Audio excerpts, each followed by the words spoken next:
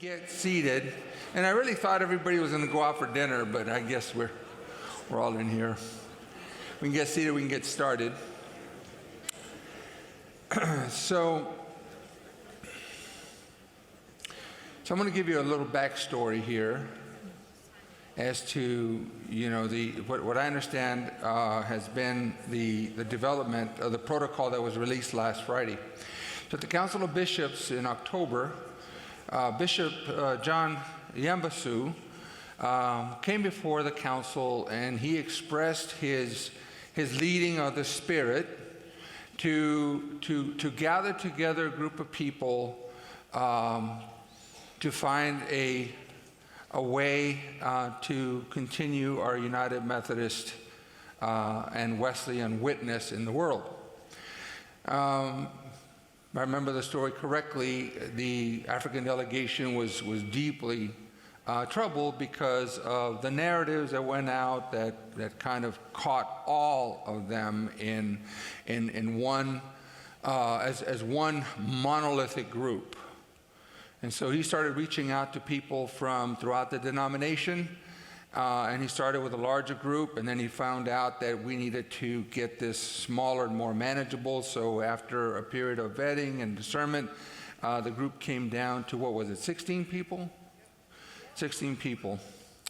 And so these persons then represented constituencies in the denomination that held various positions on human sexuality, and they had by and large submitted their proposals with legislation for consideration by the General Conference 2020. So, we all go about our work. But in the meantime, this group continues to meet. And of course, they get the assistance of a world-renowned mediator, Kenneth Feinberg, who is Jewish by faith, but he believes that that there is a role for the church, a moral role for the church in society, and it was his sense of call to help the church find out a way to resolve the impasse. And this morning I got up at 2:30 in the morning. I just want to let you know that these events are really tremendous for my well-being. But, there's all kinds of things going. But I said, I hadn't had a chance to watch the interviews with the protocol developers. And so I was listening to it this morning. And one of the things that he said was, when I got in the room, when you get into a room in mediation, you can pretty much tell right off the bat whether there's going to be an agreement on the compromise negotiation or on the negotiated settlement. And I knew when I stepped into the room, he said that there were people there that were principled and that really wanted to find a way to resolve the issue. And my question to them was, if we don't get this done, then what is the alternative? More of the same. And so, if you haven't watched the video, I invite you to watch it. So it's very informative, and I think everybody spoke from their place, but overall there was kind of a unanimous agreement that this is the best thing for the church at this time. So the protocol for separation and reconciliation for grace was issued. Now, here's a true story. So I get an invitation to be on a conference call, I think December the 30th. And on the conference call, it was a conference call to all bishops, so you can imagine trying to do the logistics to get bishops from all over the world to get on a conference call at 3 o'clock. So I was on my way to Schuyler for a cabinet inventory retreat, and so I got on the call. Chad Engelmeyer picked me up at the airport, and so we had this retreat scheduled for, since last May, I think, because we liked Schuyler as a place of discernment and conversation. So I get on the call, and it's at that point that the whole council, those that were outside of that group, were informed that a protocol was going to be issued on Friday. And so we were given some of the basic tenets of the protocol. It talked about the agreements that they had entered into to covenant together. It talked about the structure. It talked about timelines. It talked about governance. It talked about financial matters. And so they didn't give us a lot of the details, but they said this is what will be in the protocol. So like you, I first saw the protocol when it was released on Friday morning at 9:30. And I saw the fullness of it. Now, the timing of the release of the protocol and the way it was released, of course, it hit the news media outlets.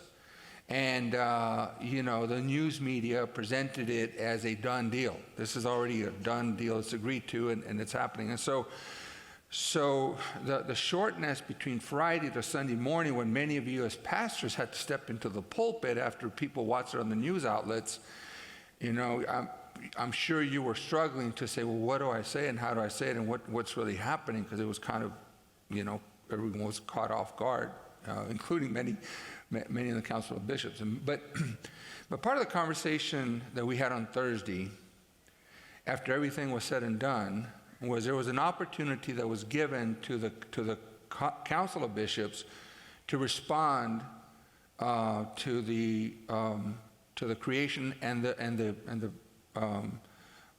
release of the protocol. And there were 90 bishops on the call, and I could tell from the different responses from the bishops that were on the call that there was almost a unanimous agreement and consensus for support of the protocol without even having seen the document, but just conceptually.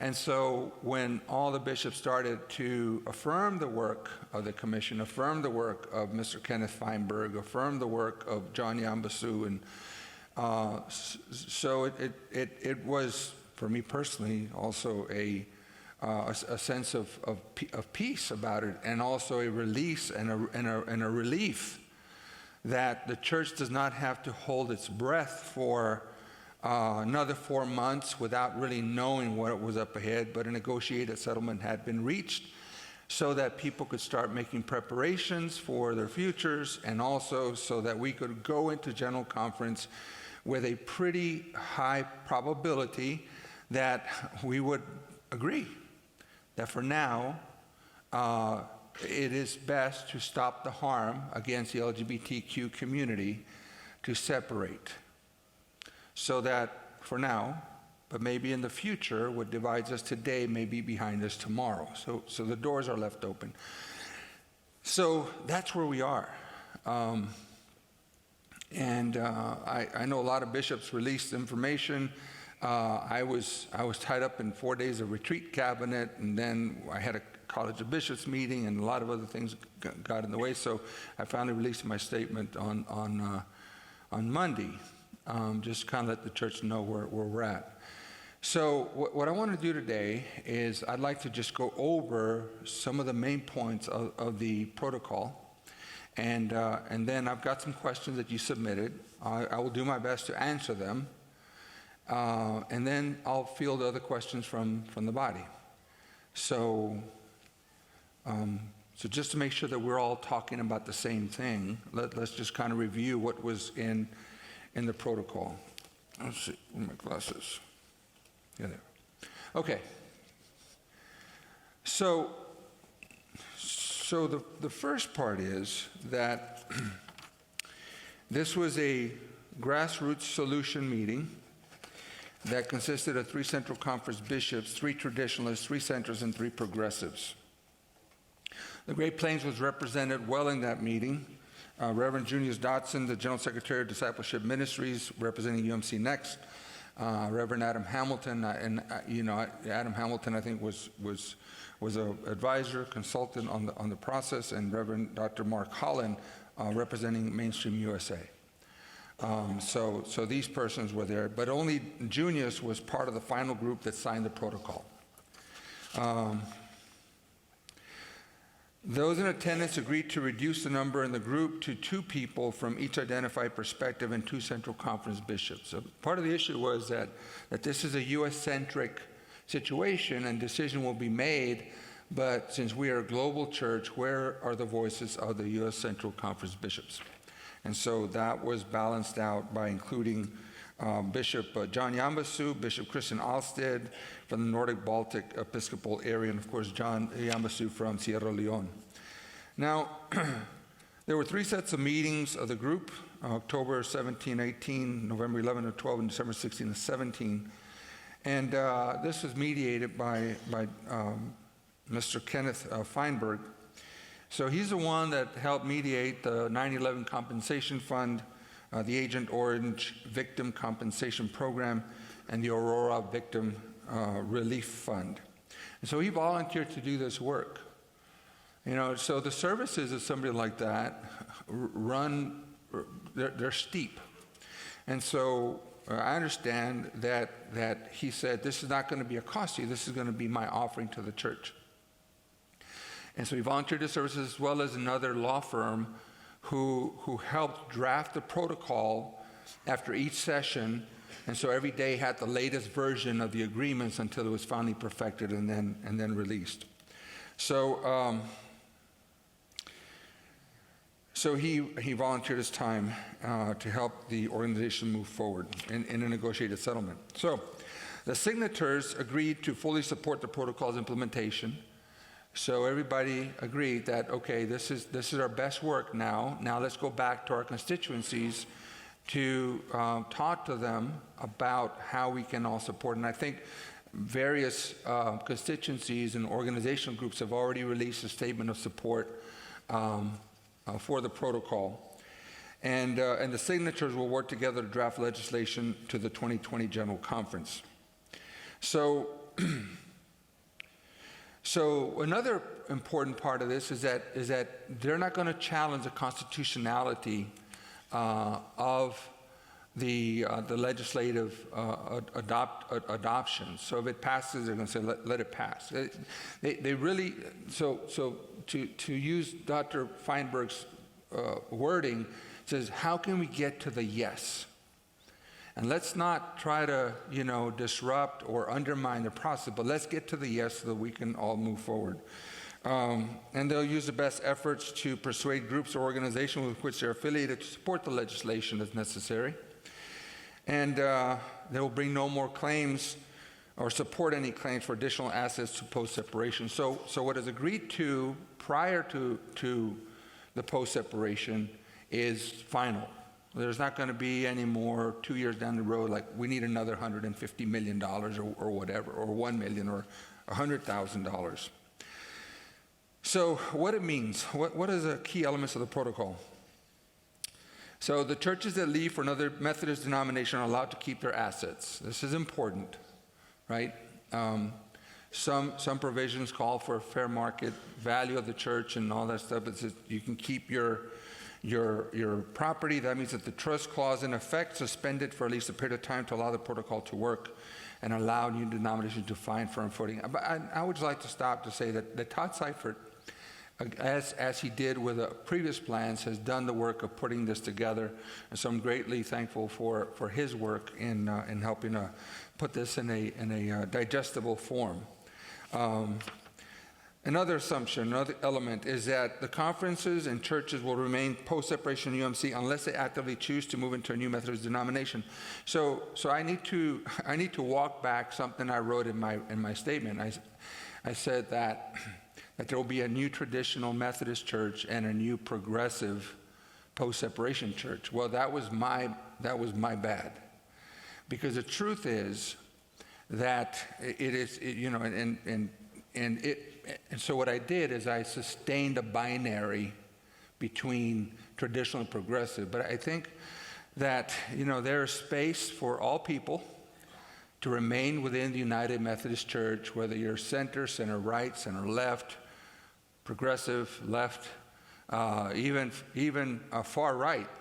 You can still remain in the United Methodist Church. So it's not that we're going to divide between two polar opposites. But like many of your congregations, you have a lot of people that are in the middle. And so they do not identify with one or the other sides, but they have a sense of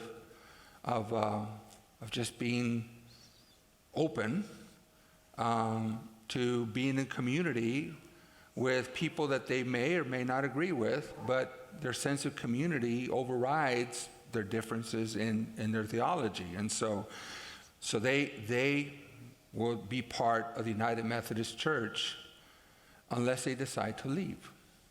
But it's not that the United Methodist Church will only be comprised by progressives. It can be comprised of persons with very traditional values and theological understandings. So that was if I could take one word out of the statement I issued, it would be that qualifier for the new post-United Methodist Church. So I just want to reiterate that, and I'll be talking more and more about that, because the post-United Methodist Church will offer space for all people to remain. But those that believe that they cannot are then, given the resources to go and either form a new United Methodist denomination or become independent. So I just want to own that right now. The key elements. So the intent is to form the process and timeline that the intent to form a new denomination must be made known by May 15, 2021. So this is not this May, but the following May. Central conferences may choose with 2/3 vote to affiliate with a new Methodist denomination by December 31st, 2021 as well. So another part is that annual conferences may choose to vote on whether to affiliate with one of the new Methodist denominations. And so if let's say, for example, we're at the Great Plains Conference and somebody says, I move that we affiliate with a new United Methodist denomination, right? If there's, what I understand, if there's 20% support for that motion, then that becomes the main motion, and then the conference would vote, and it require at least a 57% vote to affiliate with another conference. That's what I understand. I'm still trying to figure all this stuff out. I'm sure we'll get clear as we go forward. And the reason that 57 is such a weird number, because 50 was simple majority, but many of the signatories felt that that's not really enough to commit a whole conference. And then some people felt that 66% was a high watermark, so the mediator said 57 and calling in, so they agreed on 57%. And so that's how that number was arrived at. Churches that wish to affiliate differently than their annual conference may vote to do so by December 31, 2024. So if an individual church, let's say, for example, the Great Plains Conference votes to stay with the United Methodist Church, which would mean the removal of restrictive language against LGBTQ persons, the removal of restrictions on ordination, and also on same-gender marriage, right? That's be the new United Methodist Church. Then if a church says, we just need to move on, then they have till 2024 or 4 more years to take that action.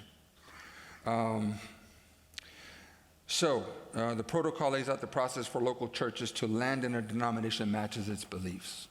So some churches may want to wait to see how the dust settles and what's going to be created, and go through some of the discernment processes, like, is it really to our benefit, to do this now or not? Do the benefits of being a connectional congregation with a larger body of people in our area, does that make more sense to us? And so there's going to be a period of discernment and some time, so nobody's got to rush to a decision tomorrow, all right? There's going to be a lot of conversation, and so there's still time to do that. Churches who join a new Methodist denomination retain their property. Churches that do not join a new Methodist denomination will still be held to 2553 of the Book of Discipline. So 2553 is a new paragraph for disaffiliation. It was enacted by the 2019 General Conference, and so that would be the discipline that would develop the process for that type of disaffiliation. The next thing is that properties of churches that close if a new Methodist denomination ceases to exist will be subject to a lien in favor of Westpath on assets in the amount of the church's proportionate share of unfunded pension liabilities. So there's a church that closes because that church will have an unfunded pension liability. Then West Path becomes a lien holder, and the value of the property after it's been sold will go to satisfy some of the pension liabilities, unfunded pension liabilities. First, instead of the conference taking appropriation of that property, West Path will. So that was negotiated settlement that came about. Because every time a church closes, then the unfunded pension liability transfers to the churches that are still open. Okay, and so if a church ceases to exist, then that church is responsible for the pension of the clergy that have served there that may still be living for 10, 20, 30 years. And so it has what you call the tailing end of the pensions. And so that ensures that all these unfunded liabilities don't unjustly fall on the rest of the body. Now, my understanding is if a church moves to the new denomination, then you take the pension liability with you, and West Path will manage that pension liability under the new denomination. So West Path will still continue to provide financial and administrative services to both entities, should a church decide to affiliate with a new Methodist denomination. So instead of having to buy out to move, the church, as I understand, I might be wrong, would transfer, and that pension liability would also transfer with them. So that wouldn't be, quote unquote, a buyout, so to speak. The post-separation UMC will pay the new Methodist denomination $25 million over 4 years.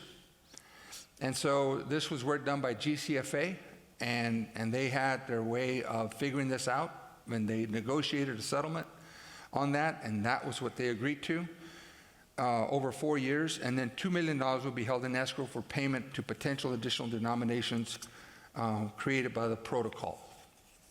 So if, let's say that a progressive side of the church says, the protocol does not go far enough because, an injustice anywhere is an injustice everywhere, and so we cannot be part of a denomination, then there's $2 million to start another expression of Methodism. And this one really surprised me, really. This kind of came out of nowhere. But $39 million will be allocated over the next 8 years to support communities historically marginalized by the sin of racism. And so when I saw this, I said, what is? And so I saw this as kind of a confession, and as a way to make amends, because when we talk about inclusivity, we know that our denomination is becoming whiter, and our world is becoming browner and more diverse. And so how do we, how can we be a church that is inclusive of all people?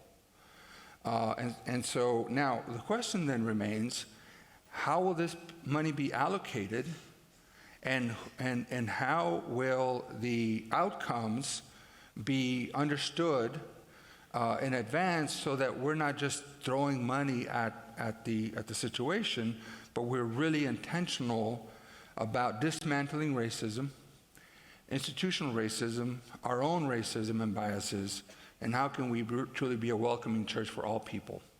And so that's a lot of work ahead of us. But this one kind of caught me by surprise. And so I understand that part of the $39 million was a portion that the traditional denomination had been allocated, but they abdicated it and said, pass that to the denomination as our part in this reconciliation, racial reconciliation within our body. So another point that many people have an interest in is our pension plans. So they'll remain in place for all clergy and lay employees, regardless of Methodist denomination, under the protocol. So someone moves to a traditional expression of the faith, then they would in the New Methodist Church, then they would take their pensions with them. So the pensions are migratory.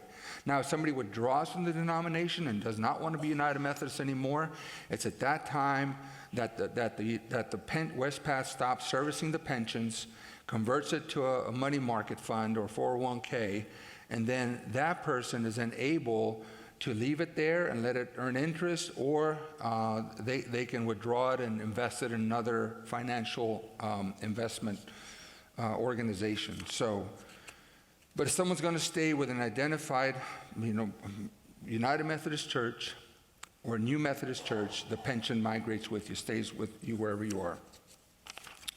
Another key element is that there is a call for an abeyance of LGBTQ-related trials. And so processes addressing restrictions and discipline related to self-avowed practicing homosexuals and same-gender weddings shall be held in abeyance until after the first conference of the post-separation UMC. Now, while complaints cannot be prevented, because anybody can file a complaint associated with LGBTQ person regarding ordination or same-gender weddings conducted by clergy on properties, what bishops do with it is another thing. And so I can receive a complaint and just hold it. Because it would be injudicious right now to do anything with it, given the fact that we're moving to General Conference 2020. And there's a very high probability that things are going to change.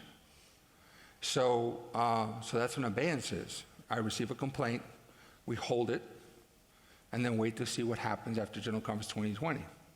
If a new United Methodist Church is created, then then the complaint is dismissed because all the restrictive language will be removed. If it's not, and we decide that the protocol, blows up from here to May, well, then we have to figure out what to do with all that. But for right now, I'm going to be living into the spirit of the protocol. That said, there are several other proposals that have been issued, but this one is the one that is now before the whole body. And so everybody has agreed to lay their others aside and come together to support this one. Okay? So that is what will be happening. So the Council of Bishops has requested a declaratory decision from the Judicial Council to ensure the constitutionality of the protocol agreements. And a final impact statement should be released prior to a financial impact statement should be released prior to General Conference 2020. So the Council of Bishops now, the Council of Bishops can request a declaratory decision on any questions of law from the Judicial Council.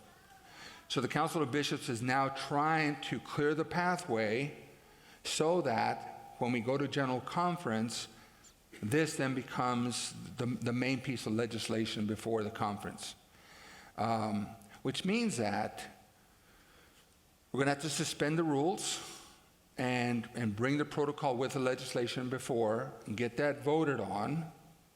And then this is where I'm unclear as to whether we move to create a regional conference and then people separate and go have their organizational meetings on the side. All that is still being worked on in the details.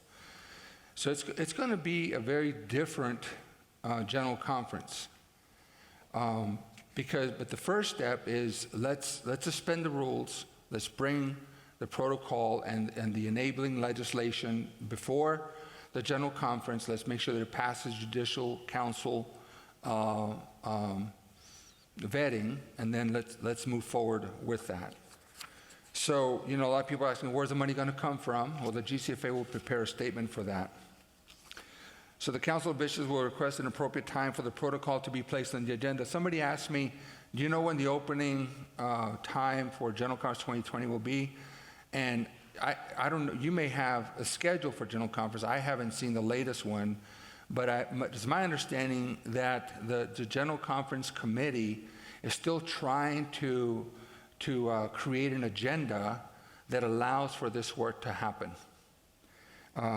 And then at the General Conference, there'll be meeting space that will be provided for those interested in forming a new Methodist denomination at adjournment.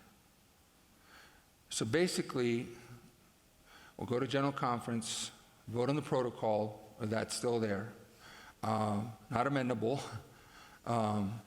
maybe adjusting some of the language, but the whole thing intact. That's another agreement, that the whole thing intact has got to be, or it's all just null and void.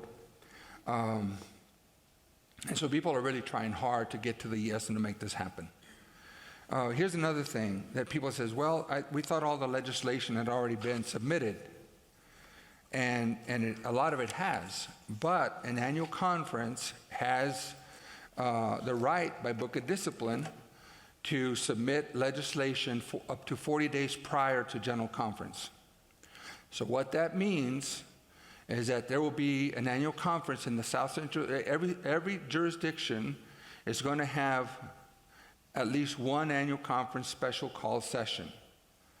To vote for the affirmation of the protocol and the legislation, so that legislation follows the Book of Discipline, and it then goes to annual conference, goes to General Conference as submitted by an annual conference. So in our jurisdiction, we had a College of Bishops meeting last week. There's already a conference that has offered themselves, a bishop that has offered the conference to do this work. And this is the bishop with the smallest geography, so that people do not have to travel 8 or 9 hours to get to a meeting, with a high probability that the protocol will be supported by the annual conference and then moved on to the General Conference.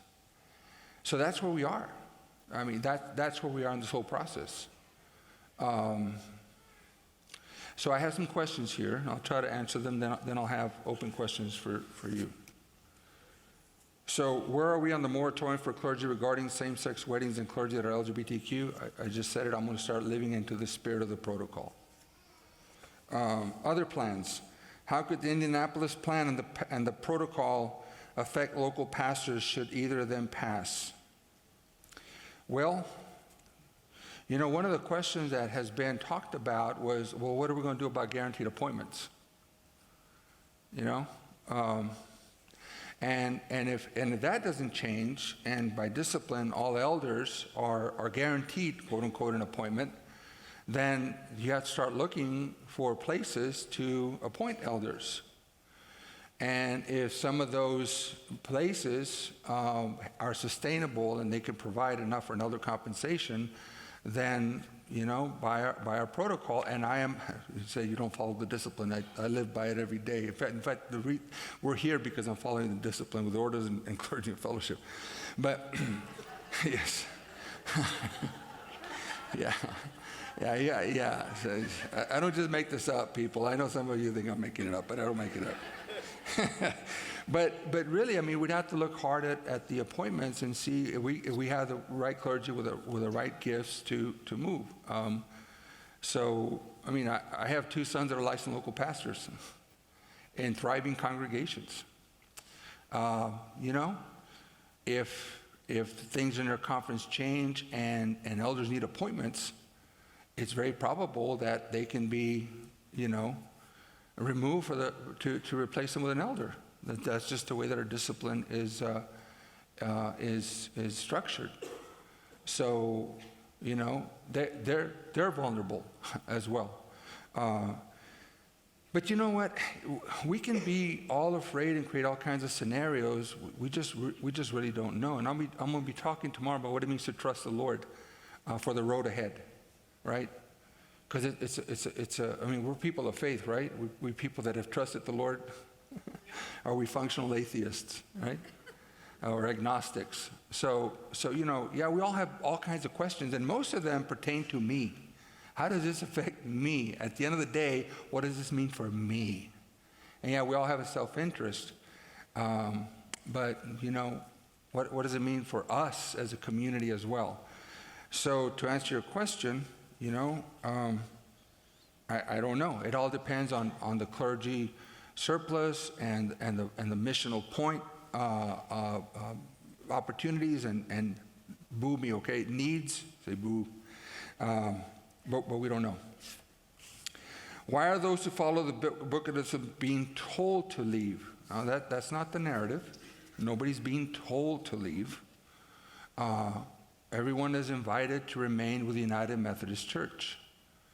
But if you cannot do so on principle or because of your values or because of your theology, then there is a way for you to amicably separate as a congregation to join someone that shares your understandings of Scripture and your values.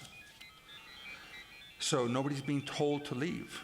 As a matter of fact, I think that the Great Plains Conference, because of who we are, has probably the best probability of staying intact, maybe 80-85%. Now, that doesn't mean that everybody agrees with the removal of restrictive language in the discipline. What that does mean is that churches will look at the cost benefits, at the benefits of being a connectional church who has support, who has appointed clergy, who are trained, who are held accountable, who are in community, who are available, and who will help them be part of something larger than they can be by themselves. And I think we have reasonable people here who will say, well, I might not agree with where they are, but the value of being a United Methodist outweighs that. And here's the truth. Changing the restrictive language in the discipline is not going to cause anything to start happening, because it's already a reality we're living with. We have gay, lesbian clergy already serving in our communities as our pastors, and they have done so for years, some of them for decades. And that's already a reality. It's not like something's going to begin to happen. So we're already living with it. And I guess my question to you is, if your ministry is growing and flourishing, how has that negatively impacted you already? That's just a question I ask. So how do we then move forward? And so the reason I say 85% is because I'm really concerned about smaller congregations. This is the practical side. That it's hard to find clergy and appoint clergy to 2-3-point charges that are going to wake up one day and say, well, who's our pastor and where do we get them from and what is our call system and who do we need to go, and let's call this person up in Virginia and see they want to come down here to our church, and they're going to say, well, no, I don't want to go there. And so you get into this call system. And you might be well with that, but those are just some of the practical aspects of being out of a connectional body. So just to reiterate, nobody is told to leave. Everybody is invited to stay. But at the same time, there's grace to say, if you absolutely need to leave, no hard feelings, blessings. We support you, and I will help people move to where they need to be so that they can be who God has called them to be. Will it be mandatory to officiate same-sex weddings? One of the things I picked up from the interview this morning, Bishop Cynthia Harvey Fierro was asked that question, and she said, no, nobody's going to be forced to marry if that is not where you're at. But look, we're a connectional system, and you can say, well, I can't do that, but I have a friend of mine who can, and we can partner with that ministry. I mean, for me, when I was in Texas, if somebody wanted to marry Another person whose parents only spoke Spanish, and they were being, part of a Methodist church down the street, an English-speaking. Then the pastor would say, "Hey, I have a family wedding, and the parents don't understand Spanish, and they would really like to hear their daughter, or their son in Spanish." And I said, "Can you help me out?" "Sure, I'll help you out. Send them over here." And so that's how we worked that out. But, we tag team, and we helped each other out. And so we find ways to make it work. Will local churches be forced to accept the appointment of a gay pastor? Well, here's the thing. We already try to do our best as a cabinet to align clergy with the same theological conviction as a local congregation. Okay? I'm sure that in the discernment process, if there is an openly gay clergy, we will have a list of congregations who will say, yes, we will accept somebody that is ordained and called, and we're open to that. And so that would just be another variable for discernment and consideration when we do our work. But we don't want to put clergy in a place where they're going to get harmed. We have a lot of international pastors. And I would just like to say, I really appreciate our international pastors. And many of our congregations are extremely welcoming of them. And they receive them, and they are enriched and blessed, by our Korean pastors, by our African pastors, by our Latino pastors. And sometimes their children in the community, they suffer grief because the community does not accept them. And the situation gets difficult for them. Or sometimes we'll make an appointment of an international pastor to a congregation, and we hear things like, well, we don't understand what they say, or whatever. So we have to discern, is it really a language problem, or is it a deeper systemic racial problem? And I've pulled back clergy who I've appointed to churches when an SPRC signals that it's not going to be a good match because they're not ready to receive somebody other than themselves. Now, normally, I don't pull back appointments because we discern who the best person is for that church and do the best to send the best person for the church. But some people cannot get past the stuff. Or women clergy, or whatever. And some of you women that are in appointments, you know how difficult that is. And, it's challenging. And the first thing that happens is you have all kinds of power conflicts, with people who have other ideas about women in ministry. That's just the world that we live in. We're moving on to perfection, but sometimes we just haven't arrived yet. And so for me to intentionally put a person in an appointment that's going to harm them and harm their spirit and their ministry, because of the attitudes, I am very sensitive, because I know what it's like to be discriminated against. It's not fun. Now, some clergy will say, hey, send me. I'm the right person for the job, and I know I have the gifts. And unfortunately, I'm not going to get into another stuff, but unfortunately, pastors of color or women go into an appointment under probation. And so they have to prove themselves before they're really accepted, something that male clergy do not necessarily have to do.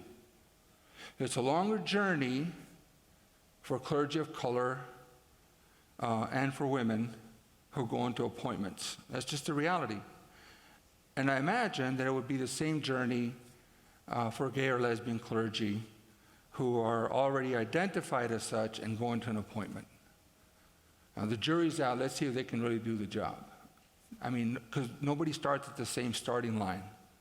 Some people get put 200 yards back, and then you got to run twice as hard to catch up, or work twice as hard as everybody else to prove that you have the capacity to do so.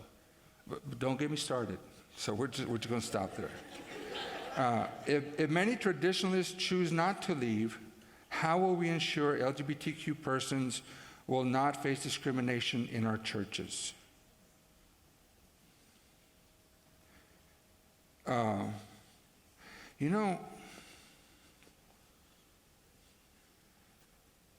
don't know, how we ensure that racism doesn't happen. How we ensure that sexism doesn't happen. How we ensure that crime doesn't happen. How do we ensure, so we have a Christian ethic. And I think we just need to continue to call people to who we need to be in Jesus Christ. I know it sounds very simplistic, but so it takes a lot of work and a lot of conversation. I wish I could tell you that everybody will be safe, but the reality of it is that's not the world we live in. So, but I trust that we are people who are doing our best to serve Christ, who are doing our best to be the hands and feet of Christ in the world, and that we'll figure it out. So these are the questions that you sent to me. I hope I was helpful in helping to answer those. And this is a protocol. And this is a process. So basically, the protocol is not in effect. What is in effect is the agreements that these leaders made to each other and who are now doing the work with their constituencies to help us get to the ESA General Conference 2020. Now, it pains me to be talking about separation. This is really hard. Because at Next Orders in Fellowship, some of you may not be here. And so we'll be diminished without your presence. Because we kind of need each other to help each other see where we're blind in. And so, and we don't know what's going to happen. And I see this not as a time for fear, but as a time for trust. One thing that I do know is that we have amazing people in the Great Plains Conference who deeply love Jesus, who deeply love the church, who are deeply committed to the mission of Christ in the world. We have amazingly intelligent people. And so I have no doubt that we are going to figure out a way to continue to do our work. That's just a given. That's who you are. That's who you are. And every day, you're out there in the front lines doing the best that you possibly can do. And so I have no doubt we're going to figure it out. And my hope is that everybody will see that we're better together than we are apart. That's my hope. So I will continue to work for the unity of the church. To remind people of our common mission that transcends, our things that we disagree with, because there's much, much more that we agree on. And there's much, much more mission and ministry we can do together than apart from each other. So I will just leave it at that.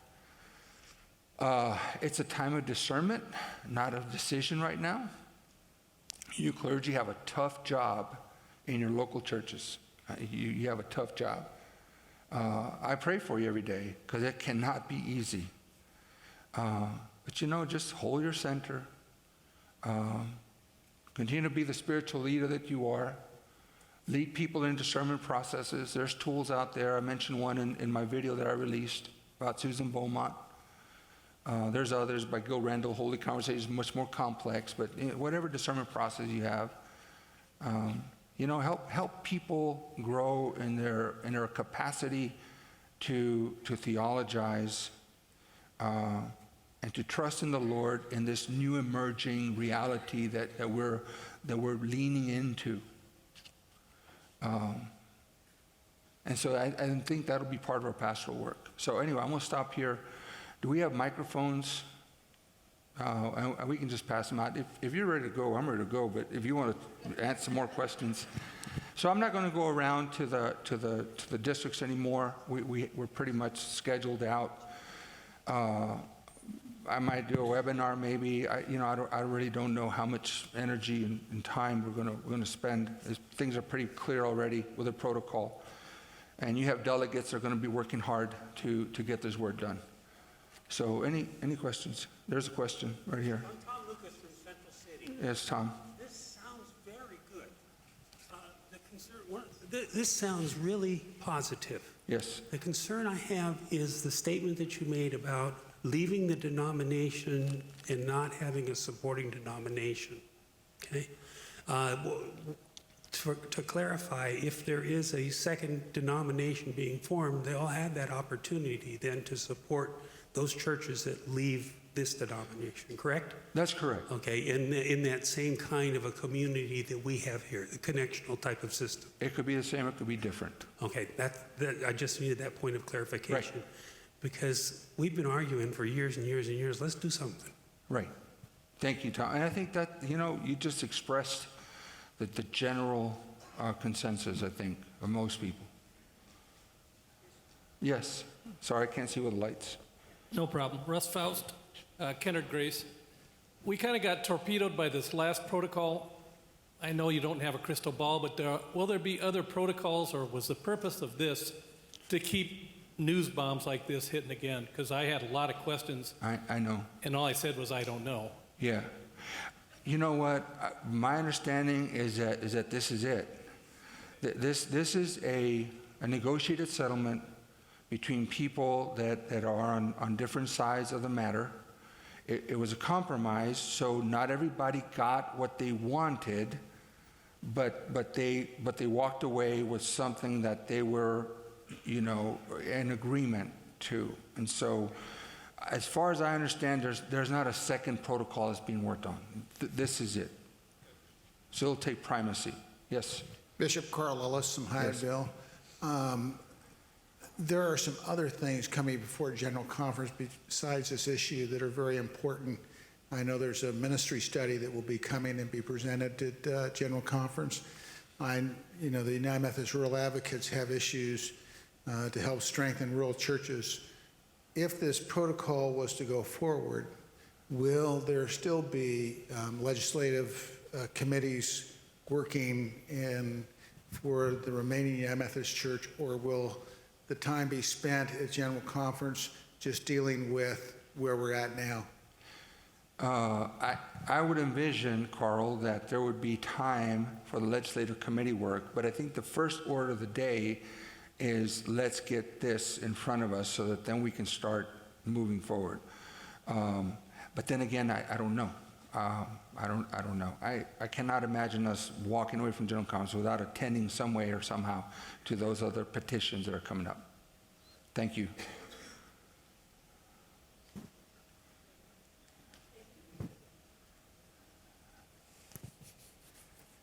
Bishop, Pastor Deb Harvey, Nessany and Hey, Deb. Bazine. It's my understanding that there are judicial council decisions that need to be made prior to, That's correct. which also means that is contrary to current discipline or current practices of General Conference, correct? Run that by me again. Judicial council decisions are Right. being requested prior to General Conference, which is contrary to current discipline. I don't think so, Deb. I don't think. I think that that they're really checking for process, and so let's look at financial agreements. I don't know. That's a judicial council. That's a GCFA matter. They're And does anyone know what the, well, I guess I should know, right? The Council of Bishops submitted a declaratory decision. But, Deb, I don't think, because the Judicial Council cannot rule against a book of discipline. They're just probably asking for is this possible to take this approach? I think it's more about process than it is about changing anything in the discipline or violating the book of discipline per se. Because really nothing has been yet established until we get to General Conference. So it's a question of process.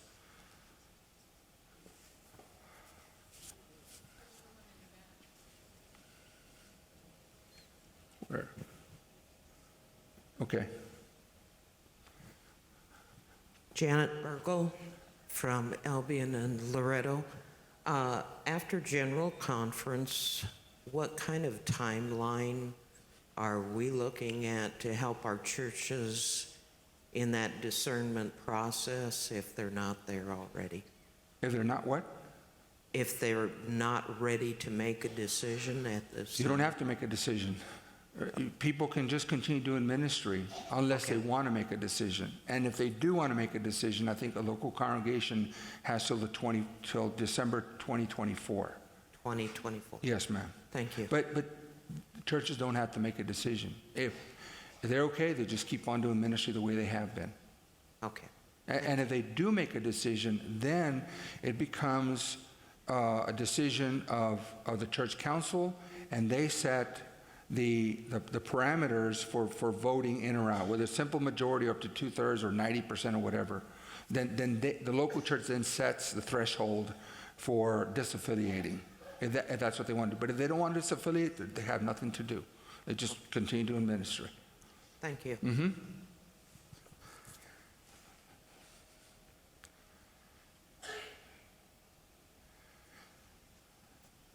Okay, well, listen, do we have General Conference delegates in the body right now? I'd just like for you to come forward. Yes? Huh? And we're going to end with prayer. Yeah, once they get up here. If you're a General Conference delegate and you're in the sanctuary right now, please come forward. We do have a prayer request. Okay, we have a prayer request? Yeah, Nathan has it. Okay. I'd like to add that to Y'all can come up here. We can see you.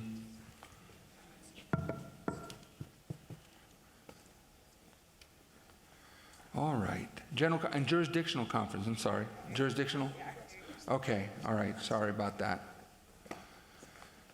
Okay, so just introduce yourselves. If we have a microphone here. Nancy, what'd you do with your mic? Yeah, it's okay. Introduce yourselves. Tell us who you're with, where you're at.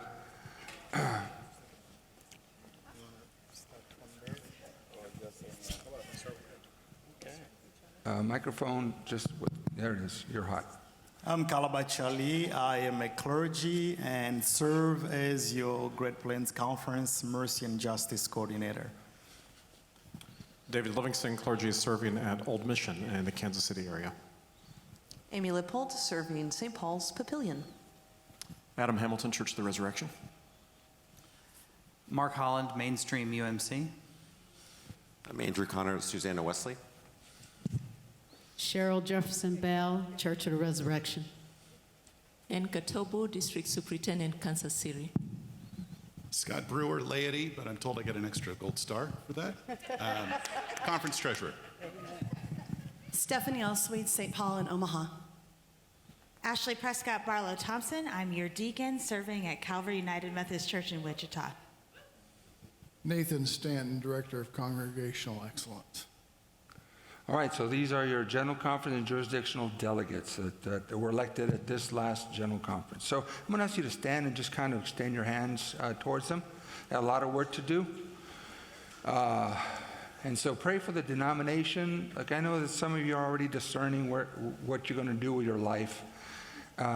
Just remember this, your life is in Christ's hands, okay? So just relax. You're in good hands. Let's pray. Lord, we thank you because just in the moments that we feel that there is no way, you provide a way. And your ways are sometimes harsh, but when the Spirit descends, there is peace and there is agreement. So we give you thanks for the stirring in John Yambasu's heart, Bishop Yambasu, and for calling him to do this work. and for bringing the people around the table, and especially for the ministry of Mr. Kenneth Feinberg and the attorneys that helped.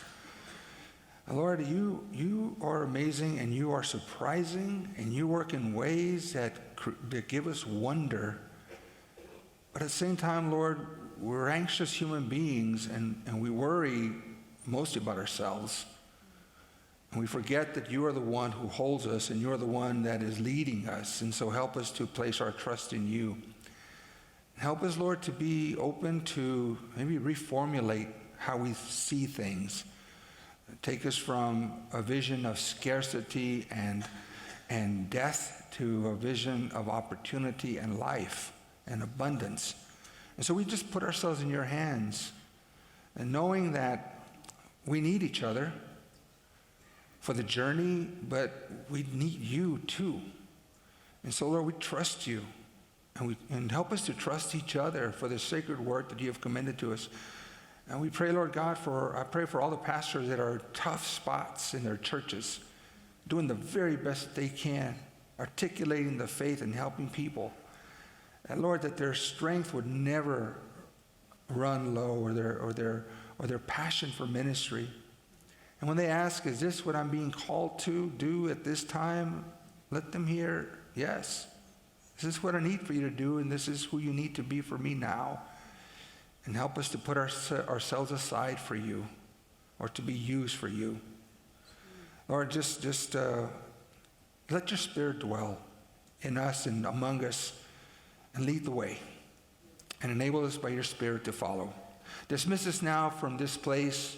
Refresh our bodies with meals and food and fellowship, and refresh our spirits for tomorrow. In Christ's name, amen. Thank you all so much for a great day. God bless you. We'll see you tomorrow at 8:30. God bless you.